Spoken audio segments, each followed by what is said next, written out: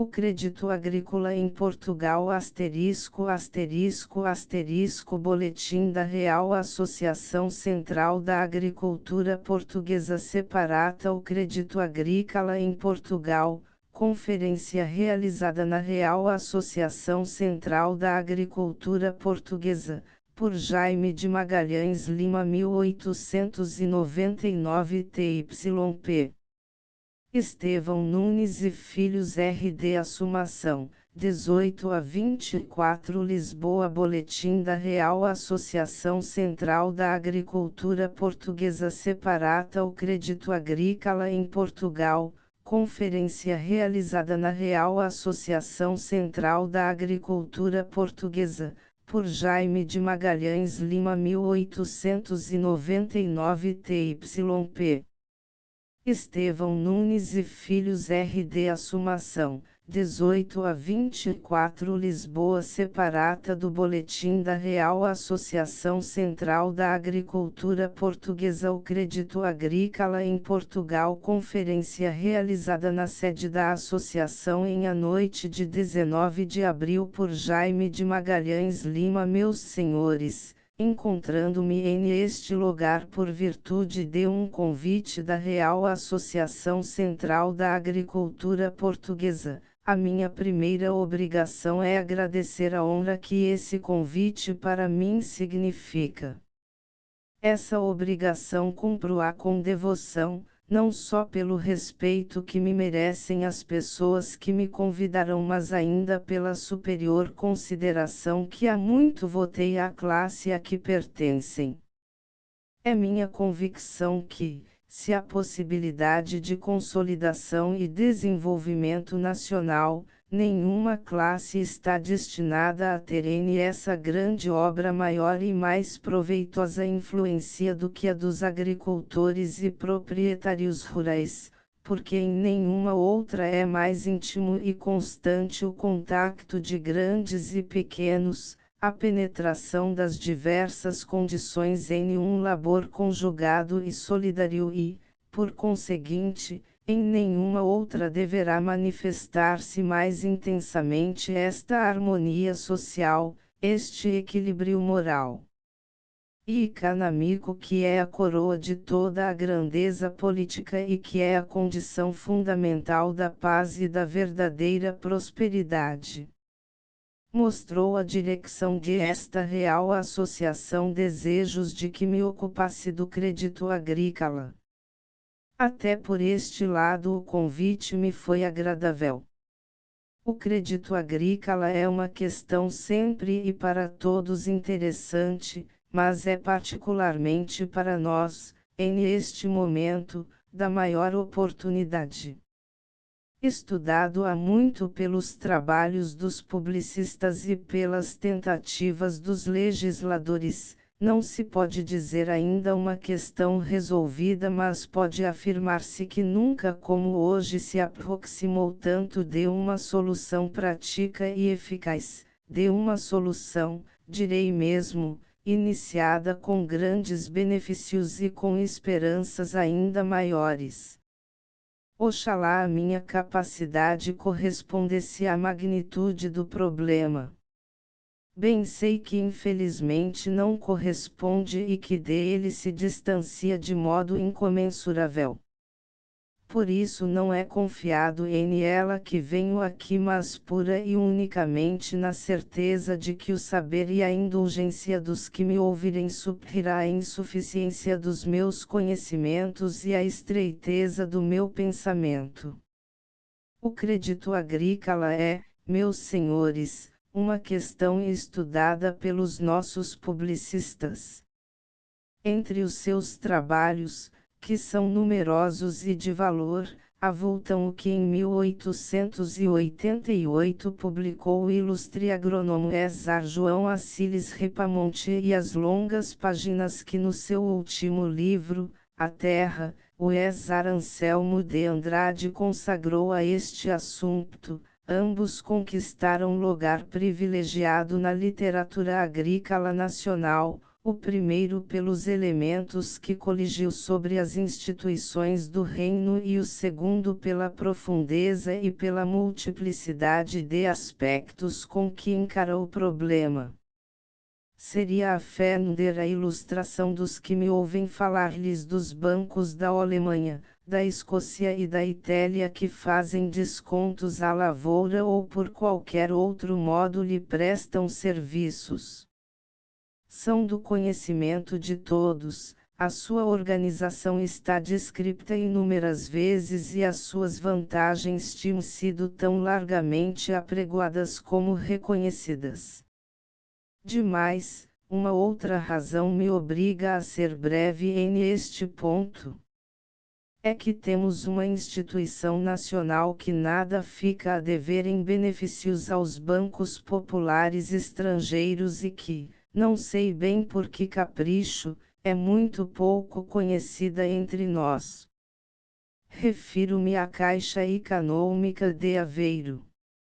A Caixa Econômica de Aveiro foi fundada há cerca de 40 anos, em 1858, pelo falecido czar Nicolau de Bettencourt que, servindo naquela cidade o lugar de governador civil e tendo fundado nos Açores, de onde era natural, uma caixa inteiramente igual, quis assinalar a sua passagem no governo do distrito com uma criação cujos benefícios já por experiência conhecia.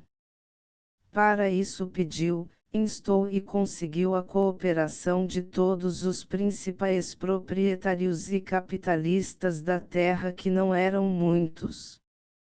Esses proprietários reuniram-se e por escritura pública formaram uma associação destinada a receber depósitos em conta corrente com o juro de 5% ao ano, não podendo as respectivas entradas serem superiores a 30.000 réis nem inferiores a 100 réis e não podendo a soma total de cada depositante exceder a quantia de 400.000 réis. Para garantia de estas operações os súcios obrigavam-se por determinada importância com que podiam ser obrigados a entrar, não vencendo todavia essas importâncias juro algum. O fundo constituído pelos depósitos e pelas entradas dos súcios seria negociado em empréstimos sobre penhores de ouro, prata, objetos de valor e feice-venda e ainda sobre letras garantidas por firmas acreditadas. A organização era e é simples, 3 directors, presidente, secretário e tesoureiro, eleitos anualmente e que são ao mesmo tempo a mesa da Assembleia Geral que pode funcionar e deliberar validamente estando presente a quarta parte dos súcios. Atualmente, como os acionistas não chegam a 50, a Assembleia Geral funciona com 13 súcios. Na Caixa Econômica de Aveiro, tudo começou por favor e empréstimo. Não sei mesmo se o papel para o primeiro expediente foi um favor da repartição do governo civil e se o cofre que guardava toda a carteira comercial era o simples cuidado da pessoa que tomou isso a seu cargo. Pois essa instituição iniciada e continuada em um regime que em matéria bancária se pode dizer arcaico, sem ter mudado de estatutos e com a sua administração patriarcal, estava em 31 de dezembro de 1898 na seguinte situação: tinha 2062.709 réis em 2012 depósitos, dos quais 1.426, ou seja 70,9% não excediam a 100.000 réis. Em um movimento de réis 9472.438 cifrão 900 em letras, 2.290 em 2.700 ou 84,8% não são superiores a 100 cifrão 000 réis, enquanto em 4.001 penhores, representando um movimento de 12498 cifrão 420 réis, 3.071 ou 76,7% não excedem 10 cifrão 000 réis. Se a isto acrescentarmos que a maior parte do movimento em letras resulta de transações com proprietários e lavradores, escusamos dizer mais para mostrar o que é a Caixa Econômica de Aveiro, que benefícios presta, que classes ajuda e que significação lhe podemos atribuir como instituição servindo à agricultura. Não creio que estabelecimento algum estrangeiro mereça mais o nosso estudo e atenção do que esta singela instituição nacional. Seria agora a ocasião de me referir aos celeiros comuns, tão belamente estudados no livro do César Ripamonte. Sobre elas direi apenas que, sem embargo, prestaram serviços, mas a sua hora passou. Os caminhos de ferro, a intensidade da vida econômica que resulta da facilidade de comunicações exigem hoje qualquer coisa mais larga e mais geral do que poderiam ser esses estabelecimentos minúsculos, disseminados desigualmente, sem relação entre si, sujeitos unicamente a condições loucas. Não se restauram facilmente instituições que caducaram por condições de vida nova que não podiam preencher. Não há coisa mais captivante que uma cidade medieval e todavia não nos seria possível criar um só organismo social desse tipo. E assim em tudo o mais, outros tempos, outras necessidades. Do estudo que os publicistas tinham feito entre nós do crédito agrícola, 3 conclusões parecem deduzir-se que nos hão de servir de guia para o que de futuro possamos resolver. Primeiro, a descentralização dos capitais. É necessário que os estabelecimentos de crédito compreendam uma pequena área, só assim se poderá conhecer inteiramente a solvabilidade dos que contractarem, o seu valor pessoal e o destino que dão aos seus capitais, a sua vida moral e o seu tino econômico, e só assim, por conseguinte, o crédito poderá alargar-se com confiança. De outro modo, o capital retrai-se e deve retrair-se porque não pode correr aventuras. Os melhores estabelecimentos estrangeiros, assim como a Caixa Econômica de Aveiro, todos funcionam em uma estreitíssima área. A Caixa Econômica pode dizer-se que não vai além dos concelhos de Aveiro e Ilhavo e ainda um pouco de aqueles que lhes são imediatamente vizinhos. Segundo, a promiscuidade de operações. Todas as boas instituições de crédito popular descontam indiferentemente ao comércio, à lavoura ou à indústria, a todos aqueles que dão garantia de satisfação dos seus compromissos. Não há situações privilegiadas, o crédito é só um. Nem convém que as haja, não se compreende como os diferentes ramos da atividade econômica de uma sociedade devam ter crédito diferente se todos são igualmente lucrativos e igualmente úteis, pois de outro modo não devem subsistir. Pode a natureza das operações exigir diferentes condições de contratos, conforme uma liquidação mais ou menos rápida, conforme o maior ou menor risco e consequente necessidade de amortização, mas essas, como muitas outras circunstâncias, só atingem propriamente a administração bancária e nunca o crédito. a possibilidade fundamental de desconto. Ainda neste ponto, instituições nacionais e estrangeiras nos indicam a boa regra. Terceiro, a interferência do Estado. É uma conclusão muito particularmente para o nosso país esta intervenção do Estado que os trabalhos dos publicistas nos indicam como a iniciadora do crédito agrícola e de todo o crédito popular, é uma condição nacional, mas parece-me ser uma condição.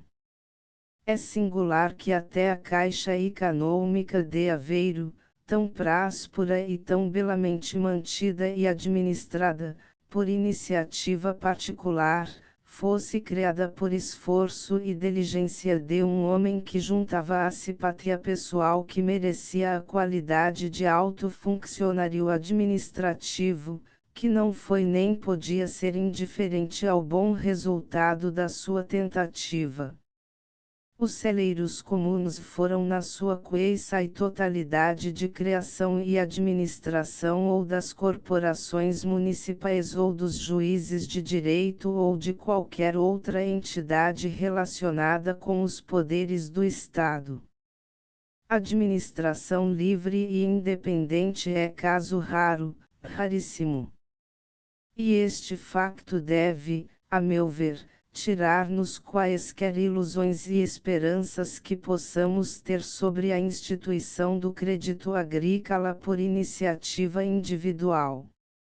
Não é essa a tradição nacional nem, digamos-o de passagem, se vêem presentemente meios e tendências de entrar em novos costumes. Disse que o crédito agrícola estava também estudado entre nós pelas tentativas dos legisladores. Atentemos agora um momento neste segundo ponto. De essas tentativas, 3 são notabilíssimas, já pela alta capacidade dos homens que a elas presidirão, já pelos elementos de estudo que nos fornecem. O projeto de Alexandre Herculano em 1855, as leis de Andrade Corvo em 1866 e 1867 e finalmente o projeto do homem superior que foi o meu querido mestre e que até agora não tem successor, o projeto de Oliveira Martins em 1887, constituem um fundo de subsídios para o estudo da questão que põe a nossa literatura agrícola ao par das melhores que se tinha ocupado da matéria. O projeto Herculano está em uma proposta da Câmara Municipal de Belém, de que era presidente, ao Parlamento para que lhe permitisse criar uma caixa de socorros agrícolas nas condições que lhe designava. Esse projeto vem precedido de um relatório que hoje é um documento precioso para estudarmos as necessidades e o caráter das nossas populações rurais. A grandeza do mestre até ele transparece com uma inegável evidência. Pretendia a Câmara Municipal de Belém criar um fundo destinado a subministrar capitais baratos aos cultivadores e para isso reservaria anualmente 3/4 do produto do imposto sobre a farinha fabricada até completar a soma de 35,2.000 cifrão 000 réis. Depois, esse capital assim criado passaria por empréstimo às mãos dos cultivadores em condições altamente vantajosas que a lei indicava. Esta lei, se tivesse sido votada, seria uma concessão à Câmara de Belém, mas evidentemente deixava a porta aberta para o estabelecimento do crédito agrícola no país porque não havia motivo para que não fosse aplicada de uma maneira genérica. Estabelecia-o por um processo do mais rematado socialismo, isto é, a Câmara reservava para si, por todos os meios coercitivos de que dispõe, uma parte da riqueza particular, e em seguida distribuía-a para beneficiar uma classe que carecia de auxílio. Nada mais captivante, mas logo se pergunta onde vamos por este caminho. Porque um benefício à lavoura com exclusão do comércio e da indústria? Não são porventura todos esses factors de igual valor na sociedade que os deve manter sãos e vigorosos em uma boa economia? A poucos passos estaríamos em um perfeito comunismo, o Estado recebendo e distribuindo os capitais da comuna. Não era fácil pôr limites a esta socialização da riqueza uma vez iniciada, tanto mais que as reclamações não tardariam a surgir instantes, à maneira que as necessidades se mostrassem. Depois, quem administra esses capitais? A Câmara Municipal, uma corporação eleita por todos os que tinham capacidade política. Aqui estamos, pois, chegados a todos os males da política e das eleições que infelizmente sabemos bem o que são. Quando as assembleias guerras dos bancos e companhias são já perturbadas tão frequentemente por ambições de toda a casta e da mais duvidosa legitimidade, o que seriam essas assembleias guerras do banco communal em que se confundiam as cobiças da política e os interesses da suprema distribuição do capital?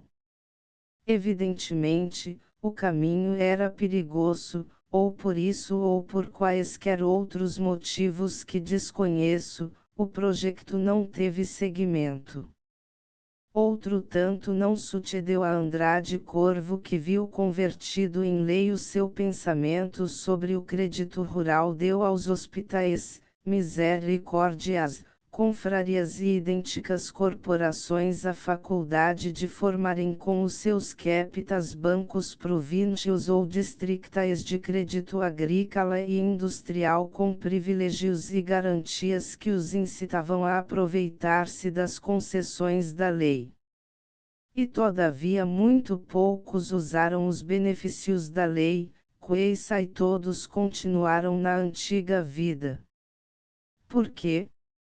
Essas corporações tinham por certo os seus capitais colocados e toda a transformação iria ferir interesses ou, pelo menos, trazer incômodos que haviam de ser um estorvo ao novo Estado que se pretendia criar.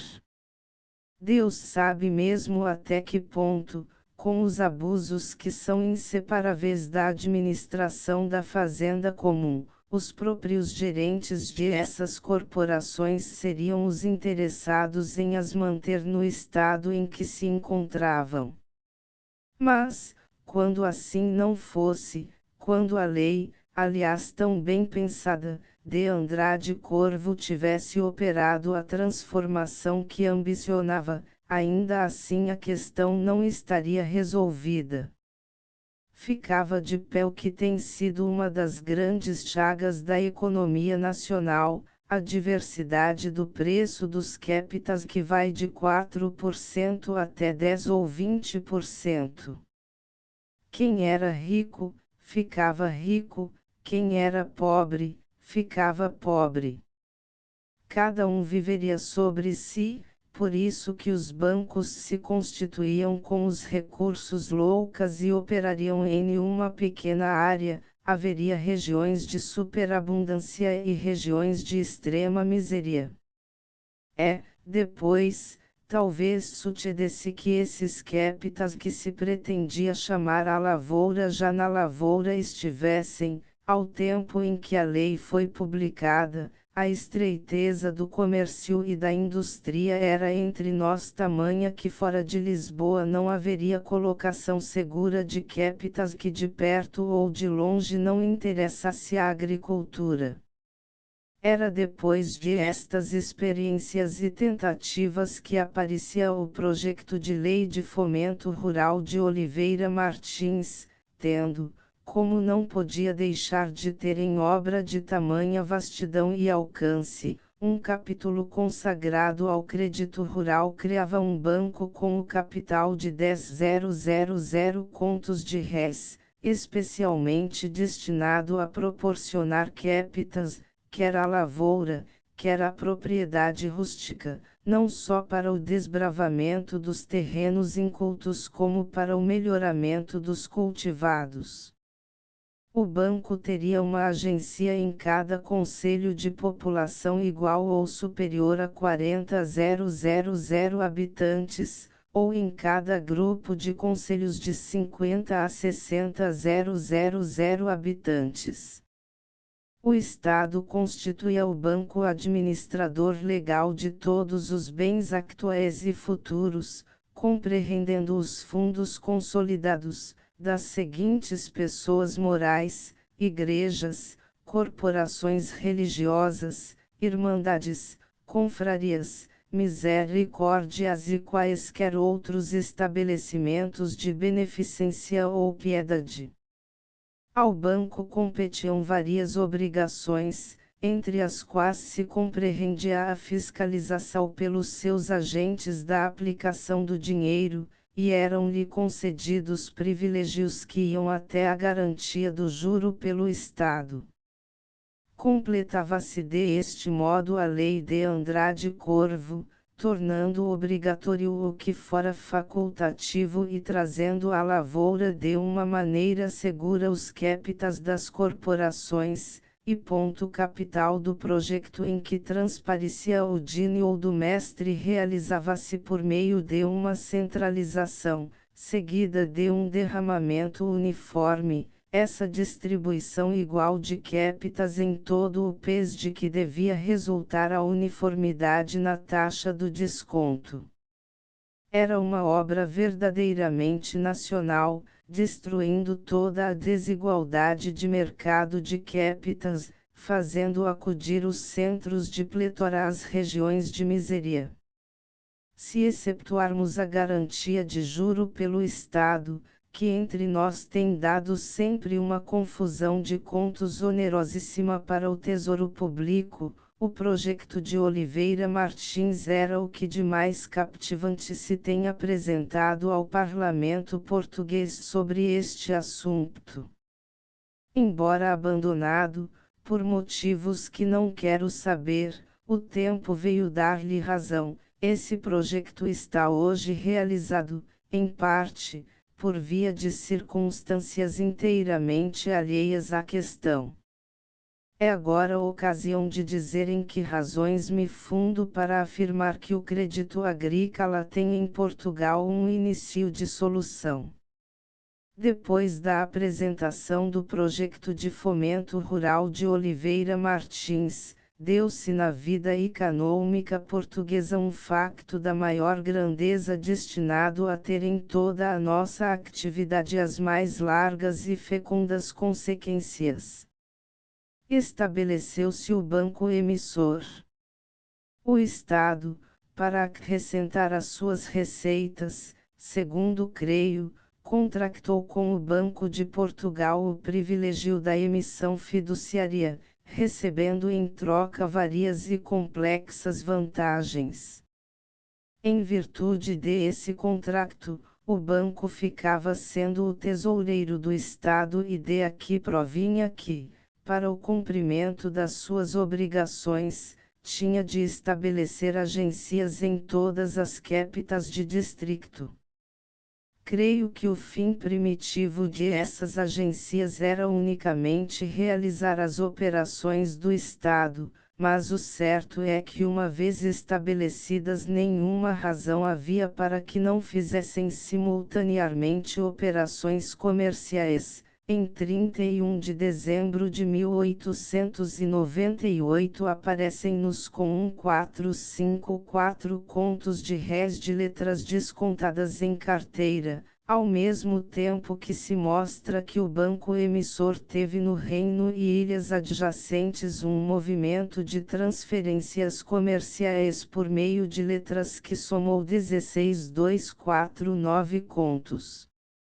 Está assim realizada a aspiração de Oliveira Martins, temos um banco dispondo de largos capitas e descontando por preço uniforme em todo o país, fazendo essa operação não só sem subsídio mas antes com benefício do Tesouro.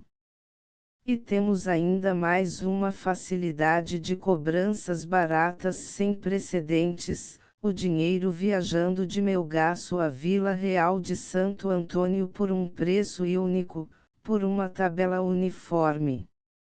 Todas as vantagens fundamentais de uma economia bem organizada possuímos, só falta que a lavoura de elas participe como é do seu interesse e do interesse do país. Multiplicar as agências do banco emissor, exatamente em aquela proporção que Oliveira Martins estabelecia, isto é, uma agência por cada 50 a 60.000 habitantes, e reservar para a lavoura uma parte da emissão em isto reside, a meu ver, a solução do problema do crédito agrícola. Não o digo eu, alguém com mais competência do que eu o disse já, antes de mim. O ex-Anselmo de Andrade, com a profundeza e lucidez que caracterizam o seu belo livro, A Terra, escreveu: a uma economia no emprego da moeda deveriam corresponder reduções na circulação fiduciária que permitissem ao banco apartar um fundo de capitais disponíveis para a agricultura.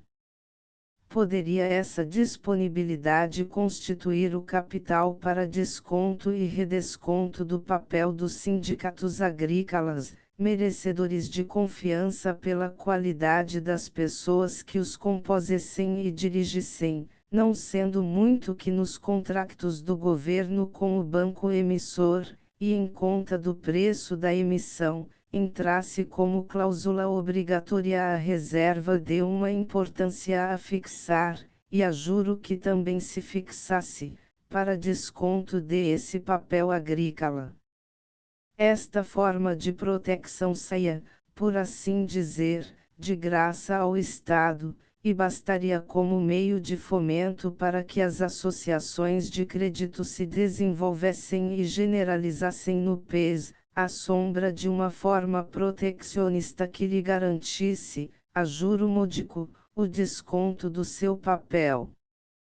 É verdade que pelo seu contrato tem o Estado uma participação nos lucros do banco, mas se é certo que o banco deve ao Estado o seu privilégio, é também certo que deve ao mundo dos negócios os seus lucros, sendo por isso justo e necessário que ele multiplique os seus serviços tornando-os extensivos a categorias de clientes, que atualmente pouco se aproveitam deles, como são os agricultores. A comercialização dos agricultores que se inscrevessem nos registros comerciais, a intervenção dos sindicatos agrícolas e associações de crédito rural na distribuição de capitais pelos associados, e a criação de um fundo especial destinado no Banco de Portugal ao crédito agrícola, são portanto condições de vida nova, capazes de igualar perante o crédito à agricultura e o comércio. São, sem dúvida, condições de vida nova, de uma infalível prosperidade para a agricultura, encerram para nós a solução do problema e encerram também a prova do desatino governativo da nação. Porque é preciso saber-se e repetir-se, para que se lhe dê remédio, se esperanças de remédio pode haver, que o banco emissor fechava o ano de 1898 tendo nas suas agências 1454 contos de réis em letras descontadas quando em 1897 fechava a sua conta com 1684 contos sob igual rubrica. Baixou 230 contos e, se tão pouco baixou, deve-o às instâncias do comércio, da lavoura e da indústria e nunca ao zelo do Estado. Como se explica este retrocesso, se a prosperidade do país vai crescendo e se o interesse do banco é alargar as suas operações? E única e exclusivamente, todos o sabem e o próprio relatório do banco o confessa aos acionistas, pela abusiva intervenção do Estado, pela absorção, com uma avidez insaciável, de toda a nova emissão fiduciária na conta do Tesouro. De forma que esse mesmo Estado que devia ser o maior propulsor da atividade econômica é o seu maior inimigo, pela desenfreada concorrência que lhe faz no mercado dos capitais. Assim, toda a tentativa de crédito agrícola ou de qualquer outra espécie de crédito é vã, trabalho baldado. O Estado levou todo o dinheiro do Brasil no tempo em que ele de lá vinha com abundância, consumiu mais tarde todo o ouro estrangeiro quando o crédito das praças europeias nos trazia em constante abundância, absorve toda a emissão fiduciária agora que os instrumentos de circulação nos pertencem. Enquanto ao mercado concorrer um cliente assíduo que tem mais de 50.000 contos de réis de rendimento por ano e outros que não tinham 50.000 réis, desenganemo-nos, a vitória será sempre do mais rico, tanto mais que esse tem na sua mão uma arma formidável e vem a ser, que ele é que faz a lei para si, para os outros, para aqueles próprios que lhe devem. Ouvi que o Estado ia renovar o seu contrato com o Banco de Portugal e que daí tiraria um acréscimo de receita no valor de 300 contos de réis.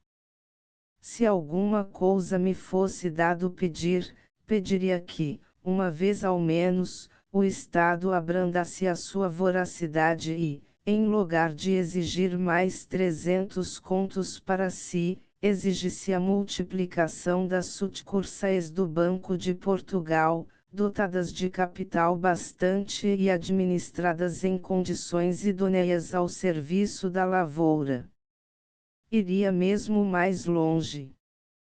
Ainda mais uma vez comungando nas ideias do ex Anselmo de Andrade, aceitaria o alvitre que esse ilustre publicista propunha em um artigo publicado no Jornal do Comércio de 15 de março último.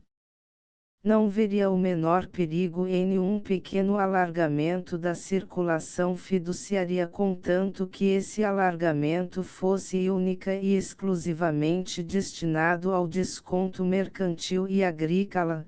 Pelo contrário, tanto enfraquece o banco a emissão absorvida pelo Estado como reforça a sua solidez e o seu crédito à emissão transformada em carteira comercial. Quando o banco tivesse criado 100 agências, estava realizada a ambição de Oliveira Martins, distribuídos os estabelecimentos de crédito em aquela proporção com a população que ele indicava. Pois essas 100 agências não demandariam uma despesa inicial superior a 200 contos, despesa que com o tempo havia de anular-se completamente e até mesmo converter-se em benefício. Fossem essas agências dotadas com 30 contos de réis cada uma, não consentiria em que nos primeiros anos tivessem maior dotação, porque a colocação de capitais só lentamente pode realizar-se com inteiro proveito, e os exagerados alargamentos de descontos são mais nocivos à economia nacional que um desmedido retraimento. Fossem essas agências dotadas com 30 contos, e não hesito em afirmar que tão estreita sama, e tão barata para a administração pública, havia de produzir milagres de prosperidade. Já não são pequenos os que produzem os míseros 1,454 contos de réis que o banco emissor tem na carteira comercial das suas agências, tanto me basta para avaliar do futuro. Quando o Estado tivesse assim cumprido a sua missão, estaria, a meu ver, terminada a sua tarefa.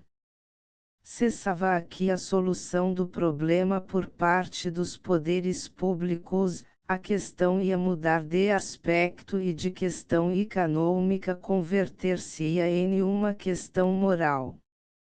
O Estado pós-capitas à disposição dos lavradores, é a estes que agora compete darem garantia bastante para o levantamento de esses capitas.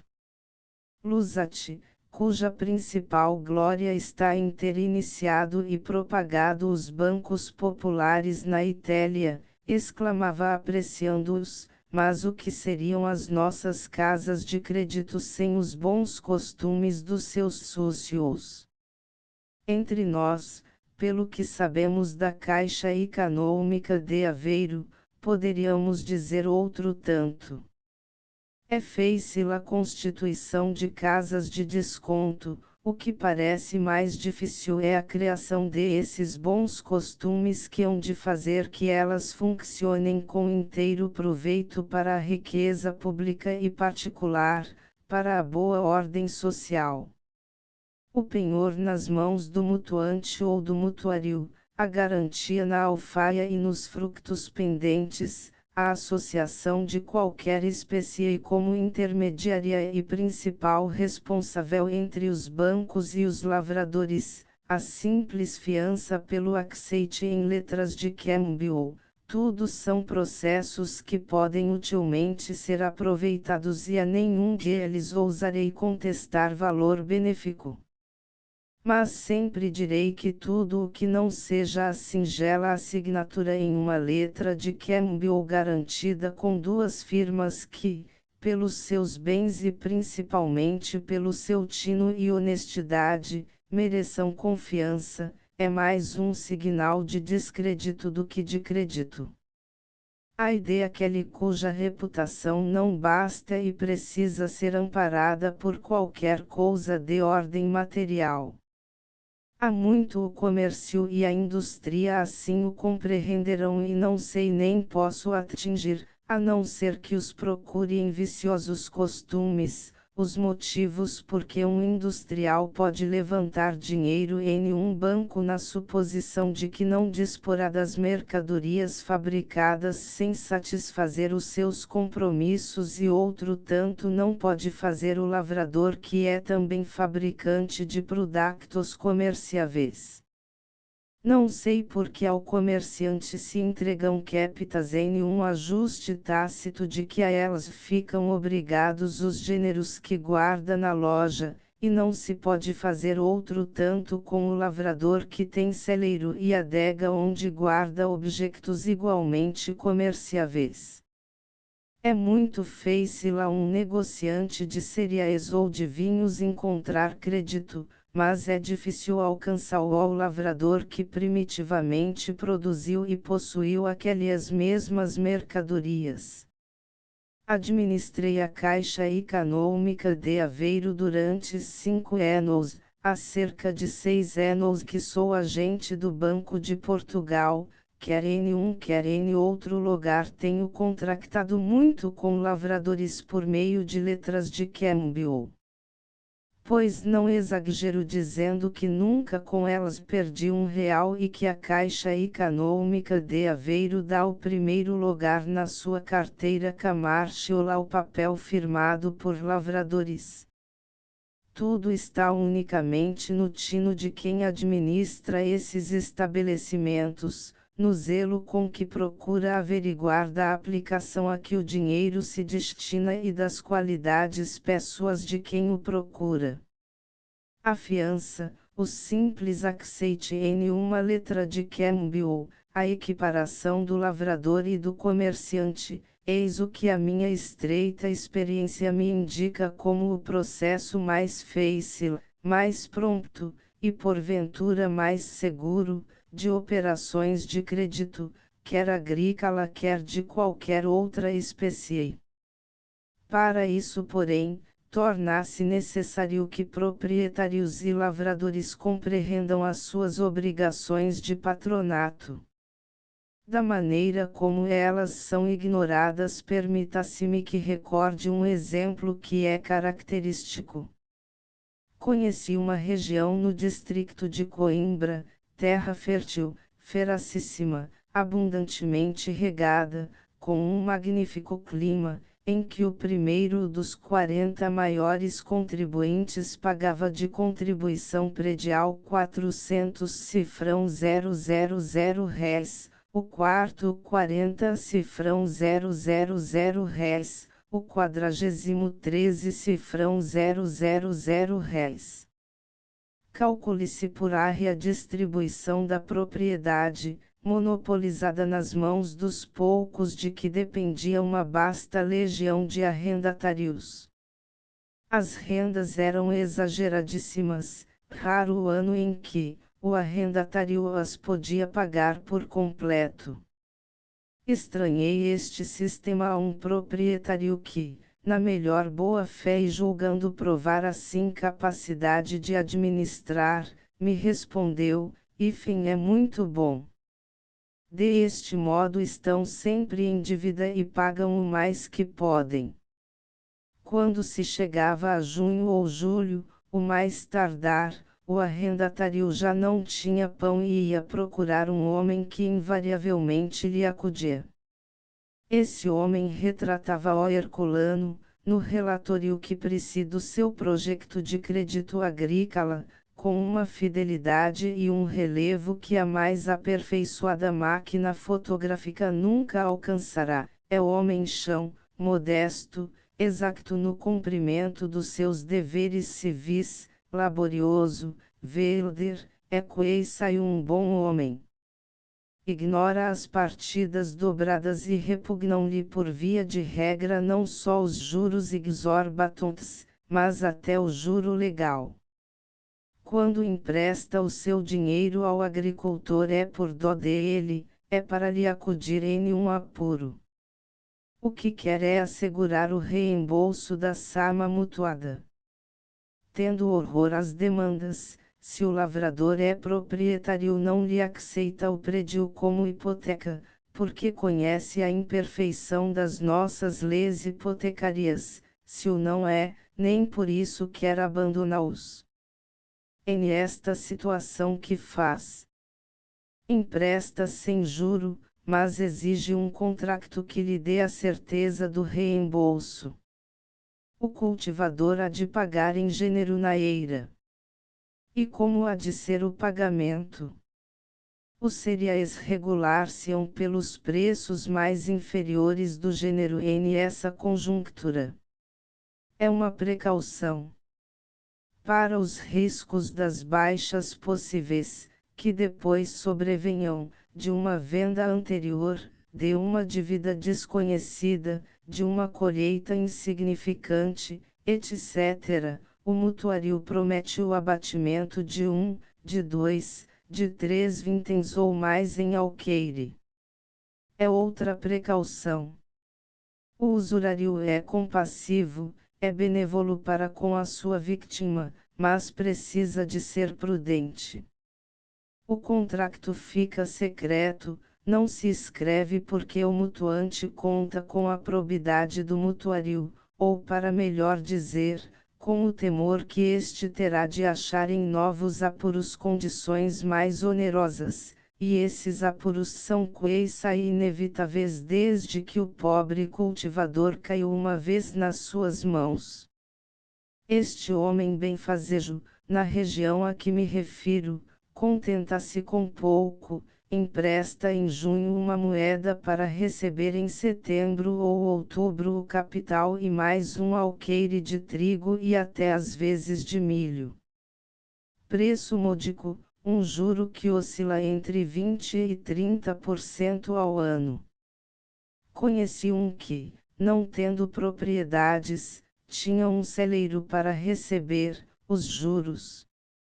Está assim fechado o cerco, onde não chega o proprietário com as suas brutais exigências, acode galhardamente o usurário. que fica ao agricultor? O direito de emigrar. Não, que também não há dinheiro para a passagem. Servo da gleba, miséria e humildade, a astúcia desonesta para acrescentar o que o trabalho não dá, eis o seu triste destino. Pensando bem, talvez ninguém tivesse lucrado. O proprietário desvaloriza a propriedade tendo-a em meio de uma população indigente e aniquilando assim o mercado em que a podia negociar por bom preço. O agricultor tem a sorte que sabemos, e até o usurário, não, o usurário esse acrescenta a sua fortuna rapidamente. Alguém havia de capitalizar o trabalho do lavrador de cujo produto este só usufrui uma parte mínima. Enquanto tais costumes se mantiverem, enquanto as obrigações e os interesses do patronato, de auxílio e proteção aos humildes não entrarem na vida corrente dos proprietários e dos mais abastados, enquanto não se compreender que uma parte da nossa fortuna consiste sempre em a possuirmos entre gente rica e por isso enriquecendo o vizinho nos enriquecemos também, enquanto assim for, as loucuras da administração do Estado encontrarão digna imagem na incapacidade individual. Mas que a boa razão, quer de um quer de outro lado, comece de prevalecer e o problema do crédito agrícola em Portugal não tardará a ter solução. Uma derradeira observação. Eu aceitei o alvitre do ex-Ar Anselmo de Andrade quando propunha que o banco emissor descontasse aos sindicatos que seriam os fiadores e principais pagadores dos créditos individuais, mas, entenda-se bem, isto será unicamente um dos processos de negociar. O desconto direto ao lavrador é porém uma necessidade sempre que o crédito de este o permita. Porque, de outro modo, os intermediários, sejam elas quais forem, hão de reclamar o preço do seu risco e do seu trabalho e aqui temos iniciado um caminho perigoso que deixa margem a muito negócio escuro. Tal é, meus senhores, sobre a questão do crédito agrícola o meu pensamento, na exposição do qual abusei talvez da vossa bondosa atenção que, reconhecido, agradeço. End of the Project Gutenberg e-book O crédito agrícola em Portugal update de editions will replace the previous one the old editions will be renamed. Creating the works from print editions not protected by US copyright law means that no one owns the United States copyright in these works, so the foundation, and you, can copy and distribute it in the United States without permission and without paying copyright royalties. Special rules set forth in the general terms of use part of this license, apply to copying and distributing Project Gutenberg trademark electronic works to protect the Project Gutenberg trademark concept and trademark. Project Gutenberg is a registered trademark, and may not be used if you charge for an e-book, except by following the terms of the trademark license, including paying royalties for use of the Project Gutenberg trademark. If you do not charge anything for copies of this e-book, complying with the trademark license is very easy. You may use this e-book for nearly any purpose such as creation of derivative works, reports, performances and research. Project Gutenberg e-books may be modified and printed and given away. You may do practically anything in the United States with e-books not protected by US copyright law. Redistribution is subject to the trademark license, especially commercial redistribution. Start. Full license. The full Project Gutenberg license please read this before you distribute or use this work to protect the Project Gutenberg trademark mission of promoting the free distribution of electronic works, by use or distributing this work, or any other work associated in any way with the phrase Project Gutenberg. You agree to comply with all the terms of the full Project Gutenberg trademark license available with this file or online at www.gutenberg.org/license. Section 1.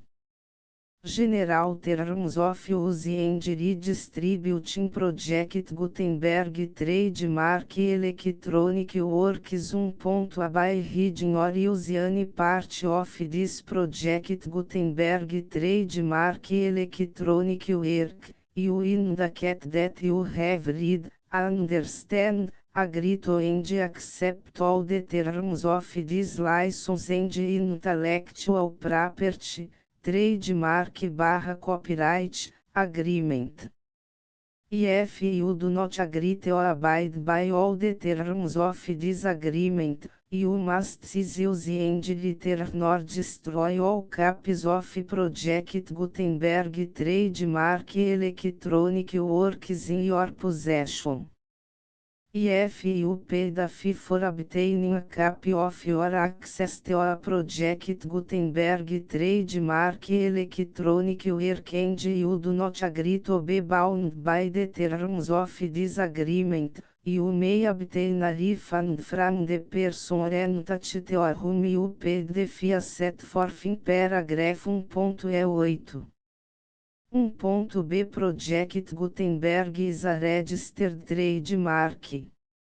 It may only be used on or associated in any way with an electronic work by people who agree to be bound by the terms of this agreement. There are a few fees that you can do with most Project Gutenberg trademark electronic works even without complying with the full terms of this agreement. See paragraph 1.c below. There are a lot of fees you can do with Project Gutenberg trademark electronic works if you follow the terms of this agreement and help preserve free future access to Project Gutenberg trademark electronic works. See paragraph 1.i below. 1c. The Project Gutenberg Literary Archive Foundation, the foundation or PGLF, owns a compilation copyright in the collection of Project Gutenberg trademark electronic works. Nearly all the individual works in the collection are in the public domain in the United States. If individual works are not protected by copyright law in the United States and you are located in the United States, we do not claim a right to prevent you from copying, distributing, performing, displaying or creating derivative works based on the work as long as all references to Project Gutenberg are removed. Of course, we hope that you will support the Project Gutenberg trademark mission of promoting free access to electronic works by freely sharing Project Gutenberg trademark works in compliance with the terms of this agreement for keep the Project Gutenberg trademark name associated with the work. You can easily comply with the terms of this agreement by keep this work in the same format with its attached full project Gutenberg trademark license when you share it without charge with others. 1.d The copyright laws of the place where you are located also govern what you can do with this work. Copyright laws in most countries are in a constant state of change. If you are outside the United States, check the laws of your country in addition to the terms of this agreement before downloading, copying, displaying, performing, distributing or creating derivative works based on this work or any other project Gutenberg trademark work. The Foundation makes no representations concerning the copyright status of any work in any country other than the United States. 1.e Unless you have removed all references to Project Gutenberg. 1.e1 The following sentence, with active links to, or other immediate access to, the full Project Gutenberg trademark license must appear permanently whenever any copy of a Project Gutenberg trademark work, anywhere con which the phrase Project Gutenberg appears, or with which the phrase Project Gutenberg is associated, is accessed, displayed, performed, viewed, copied or distributed. This ebook is for the use of anyone anywhere in the United States and most other parts of the world at no cost and with almost no restrictions whatsoever. You may copy it, give it away or reuse it under the terms of the Project Gutenberg license included with this ebook or online at www.gutenberg.org. If you are not located in the United States, you will have to check the laws of the country where you are located before use this ebook.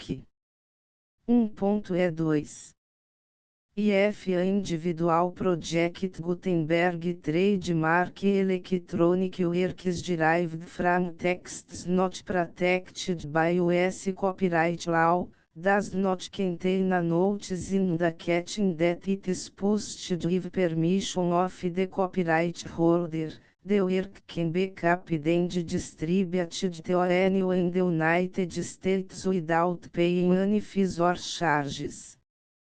If you are redistributing or providing access to a work with the phrase Project Gutenberg associated with or appearing on the work, you must comply either with the requirements of paragraphs 1.e1 through 1.e7 or obtain permission for the use of the work and the Project Gutenberg trademark as set forth in paragraphs 1.e8 or 1.e9. 1.e3 If individual Project Gutenberg trademark electronic works posted with the permission of the copyright holder, your use and distribution must comply with both paragraphs 1.e1 through 1.e7 and any additional terms imposed by the copyright holder.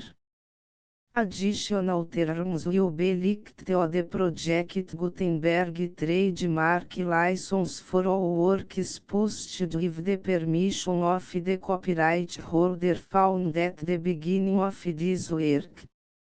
1.e4 Do not unrecord that or remove the full Project Gutenberg trademark license terms from this work, or any files containing a part of this work or any other work associated with Project Gutenberg trademark.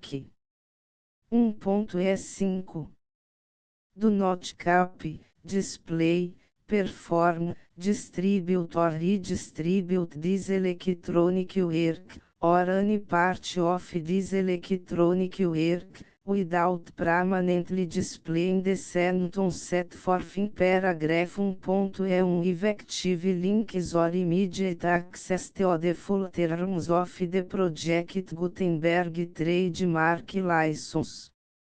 1.6 You may convert to and distribute this work in any binary, compressed, marked up, non-proprietary or proprietary form, including any word processing or hypertext form. However, if you provide access to or distribute copies of a Project Gutenberg trademark work in a format other than plain vanilla ASCII or other format used in the official version posted on the official Project Gutenberg trademark website, www.gutenberg.org fecha parênteses you must, at no additional cost, for expense to the user, provide a copy, a means of exporting a copy, or a means of obtaining a copy upon request, of the work in its original plain vanilla ASCII or other form. Any alternate format must include the full Project Gutenberg trademark license as specified in paragraph 1.1. 1.7 Do not charge a fee for access to, viewing, displaying, performing, copying or distributing any Project Gutenberg trademark works unless you comply with paragraph 1.8 or 1.9. 1.8 You may charge a reasonable fee for copies of your providing access to or distributing Project Gutenberg trademark electronic works provided that, item you pay a royalty fee of 20% of the gross profits you derive from the use of Project Gutenberg trademark works calculated use the method you already use to calculate your applicable taxes. The fees owed to the owner of the Project Gutenberg trademark, but he has agreed to donate royalties under this paragraph to the Project Gutenberg Literary Archive Foundation. Royalty payments must be paid within 60 days following each date on which you prepare, or are legally required to prepare, your periodic tax returns. Royalty payments should be clearly marked as such and sent to the Project Gutenberg Literary Archive Foundation at the address specified in Section 4, Information about donations to the Project Gutenberg Literary Archive Foundation.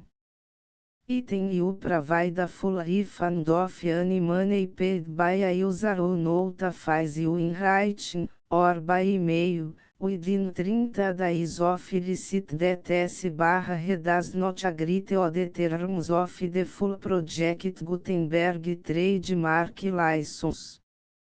You must require such a user to return or destroy all copies of the works possessed in a physical media and discontinue all use of and all access to other copies of Project Gutenberg trademark works.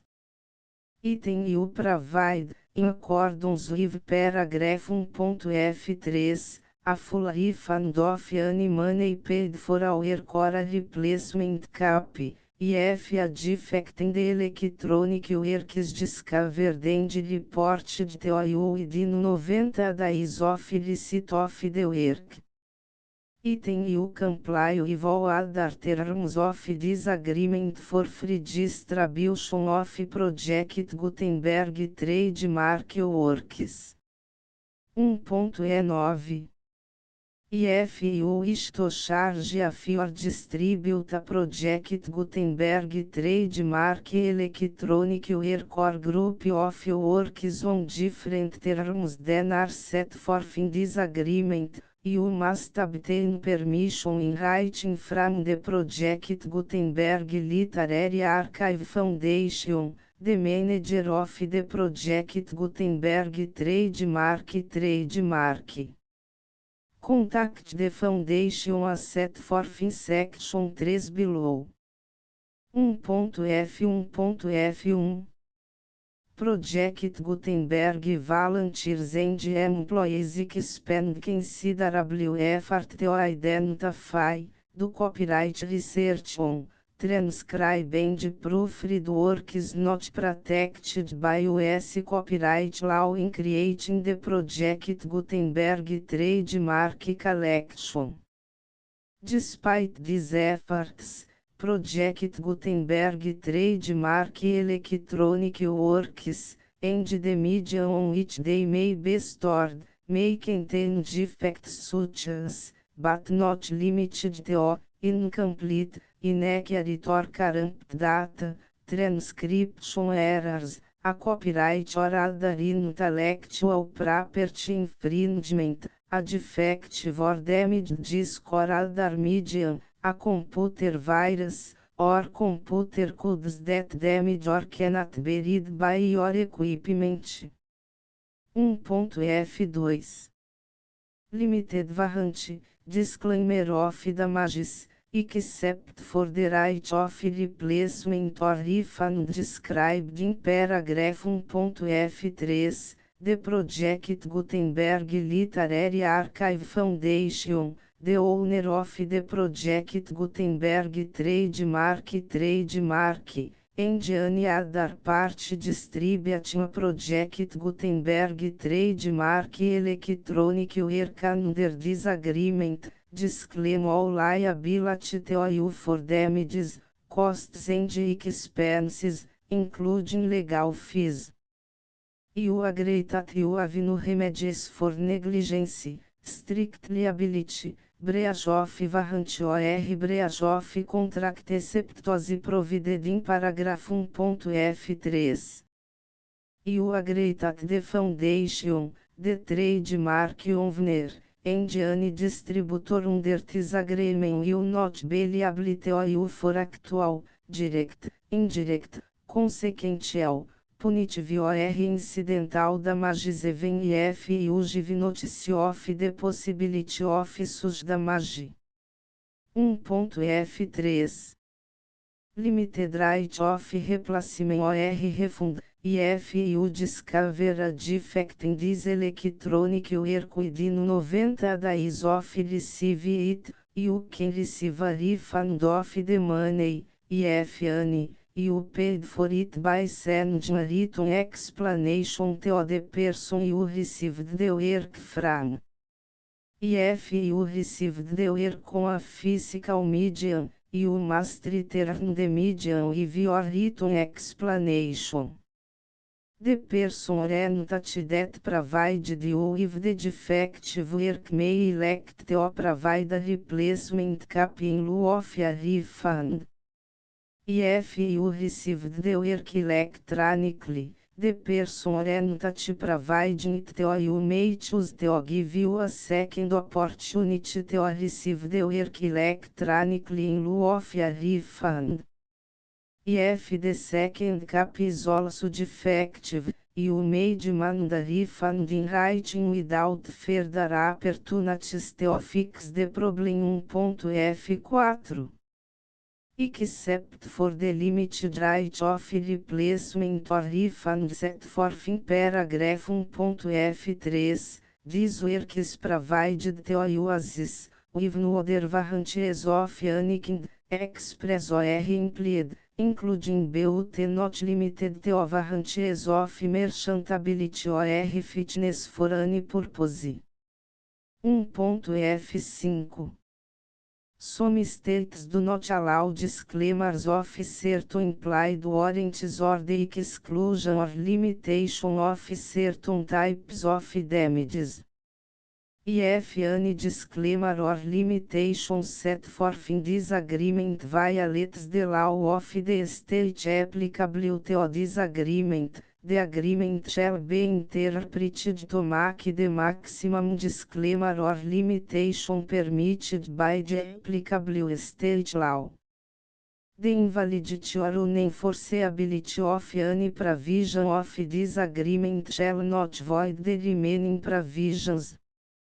1.F6 Indemnity. You agree to indemnify and hold the foundation, the trademark owner, any agent or employee of the foundation, anyone providing copies of Project Gutenberg trademark electronic works in accordance with this agreement, and any volunteers associated with the production, promotion and distribution of Project Gutenberg trademark electronic works, harmless from all liability, costs and expenses, including legal fees, that arise directly or indirectly from any of the following which would or cause to occur. A. Distribution of this or any Project Gutenberg trademark work. B. Alteration, modification, or additions or deletions to any Project Gutenberg trademark work, and C. Any defect you cause. Section 2. Information about the mission of Project Gutenberg trademark. Project Gutenberg trademark is synonymous with the free distribution of electronic works in formats readable by the widest variety of computers, including obsolete, old, middle-aged and new computers. It exists because of the efforts of hundreds of volunteers and donations from people in all walks of life. Volunteers and financial support to provide volunteers with the assistance they need are critical to reach Project Gutenberg trademark goals and ensuring that the Project Gutenberg trademark collection will remain freely available for generations to come. Em 2001, the Project Gutenberg Literary Archive Foundation was created to provide a secure and permanent future for Project Gutenberg trademark and future generations. To learn more about the Project Gutenberg Literary Archive Foundation and how your efforts and donations can help, see sections 3 and 4 and the Foundation information page at www.gutenberg.org. Section 3. Information about the Project Gutenberg Literary Archive Foundation. The Project Gutenberg Literary Archive Foundation is a non-profit 501(c)(3) educational corporation organized under the laws of the State of Mississippi and granted tax-exempt status by the Internal Revenue Service. The Foundation Senior Federal Tax Identification Number is 64-6221541. Contributions to the Project Gutenberg Literary Archive Foundation are tax deductible to the full extent permitted by U.S. federal laws and your state's laws. The Foundation's business office is located at 809 North 1500 West, Salt Lake City, UT 84116, 8015961887. E-mail contact links and up-to-date contact information can be found at the Foundation's website and official page at www.gutenberg.org/contact section 4. Information about donations to the Project Gutenberg Literary Archive Foundation. Project Gutenberg trademark depends upon and cannot survive without widespread public support and donations to carry outubro its mission of increasing the number of public domain and licensed works that can be freely distributed in machine-readable form accessible by the widest array of equipment including outdated equipment. Many small donations, $1 to cifrão 5,000, are particularly important to maintaining tax-exempt status with the IRS. The foundation is committed to complying with the laws regulating charities and charitable donations in all 50 states of the United States. Compliance requirements are not uniform and it takes a considerable effort, much paperwork and many fees to meet and keep up with these requirements. We do not solicit donations in locations where we have not received written confirmation of compliance. To send donations or determine the status of compliance for any particular state, visit www.gutenberg.org/donate. While we cannot and do not solicit contributions from states where we have not met the solicitation requirements, we know of no prohibition against accepting unsolicited donations from donors in such states who approach us with offers to donate. International donations are gratefully accepted, but we cannot make any statements concerning tax treatment of donations received from outside the United States. US laws alone swamp our small staff. Please check the Project Gutenberg web pages for current donation methods and addresses. Donations are accepted in a number of other ways including checks, online payments and credit card donations. To donate, please visit www.gutenberg.org/donate. Section 5. General Information about Project Gutenberg Trademark Electronic Works. Professor Michael S. Hart was the originator of the Project Gutenberg Trademark concept of a library of electronic works that could be freely shared with anyone. For 40 years, reproduced and distributed Project Gutenberg trademark ebooks with only a loose network of volunteer support. Project Gutenberg trademark ebooks are often created from several printed editions, all of which are confirmed as not protected by copyright in the US unless a copyright notice is included. Thus, we do not necessarily keep ebooks in compliance with any particular paper edition. Most people start at our website, which has the main page search facility, www.gutenberg.org.